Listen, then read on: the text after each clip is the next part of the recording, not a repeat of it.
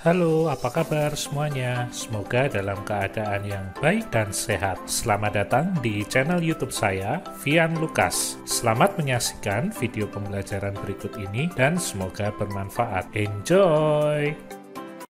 Hari ini kita akan belajar tentang pengangguran. Yang pertama, akan kita pelajari adalah definisi pengangguran. Definisi pengangguran ada 3, antara lain sebagai berikut. Yang pertama, pengangguran adalah orang yang tidak mempunyai pekerjaan. Yang kedua, pengangguran adalah orang yang sedang mencari pekerjaan. Dan yang ketiga, pengangguran adalah orang yang sedang mempersiapkan suatu usaha baru. Berikutnya, kita juga harus tahu definisi dari tingkat pengangguran. Tingkat pengangguran adalah perbandingan antara jumlah penganggur dengan jumlah angkatan kerja dalam kurun waktu tertentu yang dinyatakan dalam bentuk persentase. Semakin tinggi tingkat pengangguran, maka hal tersebut tidak baik untuk perekonomian. Seperti yang kita ketahui bahwa orang yang menganggur tidak memiliki pendapatan untuk memenuhi kebutuhannya, sehingga kesejahteraan masyarakat akan berkurang dan rawan terjadi tindak kriminal. Sebaliknya, jika tingkat pengangguran rendah, maka hal tersebut sangat baik untuk pertumbuhan ekonomi, karena masyarakat memiliki daya beli untuk memenuhi kebutuhan. Menurut jenisnya, pengangguran dapat dibedakan menjadi 2, yaitu menurut faktor terjadinya dan menurut lama waktu bekerja. Menurut faktor terjadinya, pengangguran dapat dibagi menjadi 4, yaitu pengangguran konjungtur atau siklis, yang kedua pengangguran struktural, yang ketiga pengangguran friksional, dan yang keempat pengangguran musiman. Pengangguran konjungtur atau pengangguran siklis adalah pengangguran yang berkaitan dengan turunnya kegiatan perekonomian suatu negara. Pengangguran siklis atau konjungtur ditandai dengan adanya daya beli masyarakat yang menurun, perusahaan mengurangi kapasitas produksi karena barang-barang tidak laku di pasar, sebagian buruh diberhentikan, pertambahan penduduk tetap berlangsung dan menghasilkan angkatan kerja baru. Banyak tenaga kerja yang tidak dapat bekerja. Pada masa resesi atau turunnya tingkat pertumbuhan ekonomi, tingkat pengangguran siklis akan semakin meningkat karena 2 faktor berikut. Yang pertama, jumlah orang yang kehilangan pekerjaan terus meningkat. Sementara yang kedua, dibutuhkan waktu lebih lama lagi untuk mendapatkan pekerjaan yang baru.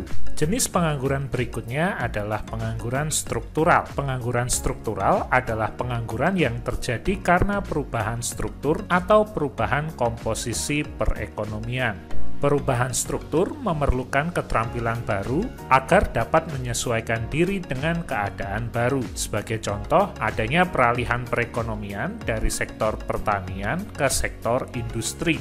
Pengangguran struktural juga dapat terjadi karena penggunaan alat yang semakin canggih. Banyak aktivitas yang awalnya dikerjakan oleh tenaga kerja, namun dengan adanya peralatan canggih bisa diselesaikan hanya oleh sedikit atau beberapa tenaga kerja saja. Jenis pengangguran berikutnya adalah pengangguran friksional. Pengangguran friksional adalah pengangguran yang terjadi karena kesulitan temporer dalam mempertemukan pemberi kerja dan pelamar kerja.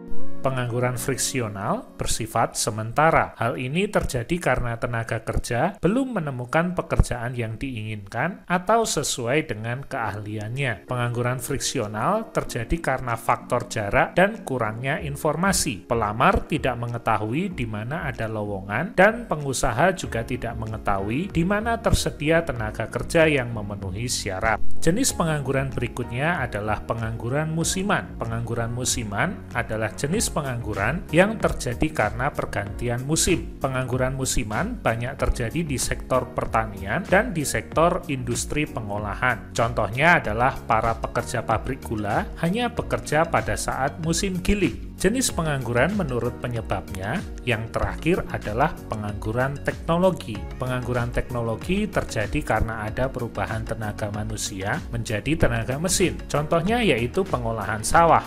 yang semula dikerjakan oleh beberapa orang diganti dengan penggunaan traktor. Maka sebagian buruh tani tersebut akan menganggur. Jenis pengangguran juga dibagi menurut lama waktu kerja, antara lain pengangguran terbuka, setengah menganggur, dan pengangguran terselubung. Yang pertama adalah pengangguran terbuka. Pengangguran terbuka adalah situasi di mana orang sama sekali tidak bekerja dan berusaha mencari pekerjaan. Pengangguran terbuka bisa terjadi karena lapangan kerja yang tidak tersedia, ketidakcocokan antara kesempatan kerja dan latar belakang pendidikan, atau tidak mau bekerja.